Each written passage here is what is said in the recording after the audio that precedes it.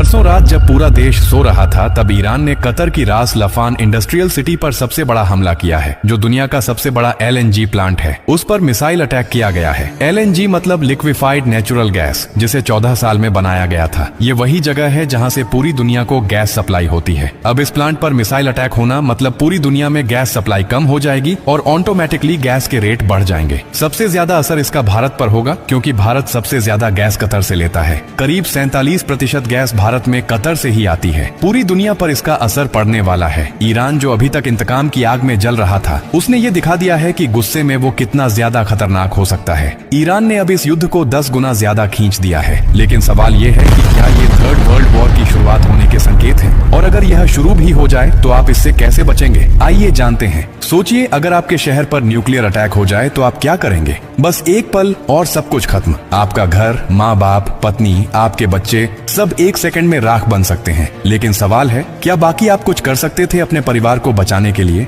जवाब है, कर सकते थे। अगर आप अभी से तैयार हैं, ये पूरी जानकारी जिंदगी और मौत की दूरी को तय करेगी। क्योंकि न्यूक्लियर अटैक में सिर्फ धमाका नहीं मारता, असली तबाही शुरू होती है धमाके के बाद, जिसे कहते हैं रेडिएशन फॉलआउट। जो लोग ब्लास्ट में बच जाते हैं, वो जानकारी न होने की वजह से रेडिएशन से धीरे धीरे मारे जाते हैं। सबसे पहले समझिए, हमला होते ही तेज रोशनी दिखाई देती है, इतनी तेज कि आप अपने हाथ की हड्डियां देख सकते हैं और आप हमेशा के लिए अंधे हो सकते हैं। इसलिए जैसे ही फ्लैश दिखाई दे, तुरंत जमीन पर लेट जाए, आंखें कसकर बंद कर लीजिए, चेहरे को किसी कपड़े से ढक लीजिए। ये आपकी पहली सुरक्षा है। अब सवाल उठता है, कहां जाए? अगर आपके पास बेसमेंट है, अंडरग्राउंड पार्किंग है, मेट्रो स्टेशन है, तो वहीं भागिए। जमीन के नीचे रहना रेडिएशन फॉलआउट से बचने का सबसे कारगर तरीका है। लेकिन अगर कुछ भी उपलब्ध नहीं है तो अपने घर को ही शेल्टर बनाइए। सारी खिड़कियां और दरवाजे बंद कर दीजिए। हर छोटी दरार को कपड़े और टेप से सील कर दीजिए। हवा के लिए कोई रास्ता नहीं बचना चाहिए। ध्यान रखिए, जैसे ही न्यूक्लियर अटैक की जानकारी मिलेगी, आपके पास बस कुछ ही मिनट होंगे। इसलिए खबर मिलते ही पानी भरना शुरू कर दीजिए। बाल्टी, बोतल, ड्रम, जो भी मिले,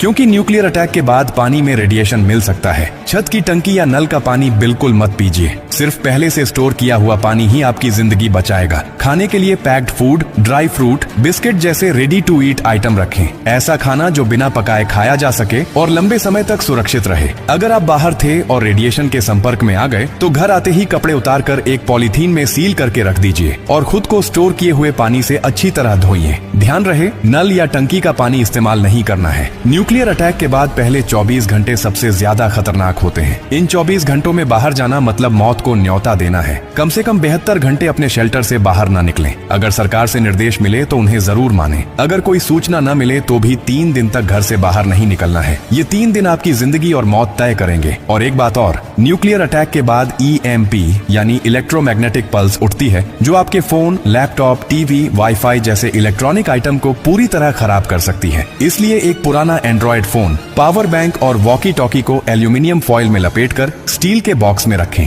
हो सकता है यही आपको बाकी बची हुई दुनिया से जोड़े रखे। लेकिन सबसे जरूरी चीज क्या है? शांति। पैनिक नहीं करना, घबराना नहीं है। हर फैसला सोच समझ कर लेना है, क्योंकि nuclear attack one time game है। जितना शांत रहोगे उतने बचने की संभावना ज्यादा होगी। और याद रखिए, ये जानकारी सिर्फ आपके लिए नहीं है, आपके परिवार के लिए, आपके दोस्तों के लिए, आपके पड़ोसियों के लिए, पूरे समाज के लिए। क्या आप अकेले सुरक्षित रहना चाहते हैं? नहीं ना? तो इस जानकारी को हर उस इंसान तक पहुंचाइए जिसकी आपको परवाह है। आपका एक शेयर किसी की जान बचा सकता है। यही असली इंसानियत है। और जब आप जिंदगी बांट रहे हैं तो एक वादा कीजिए, आप डॉक्टर कार्डियो की हर पोस्ट से कुछ न कुछ सीखेंगे और दूसरों को भी सिखाएंगे। क्योंकि हमारा मकसद सिर्फ कंटेंट नहीं, आपकी सुरक्षा है, आपकी जिंदगी है।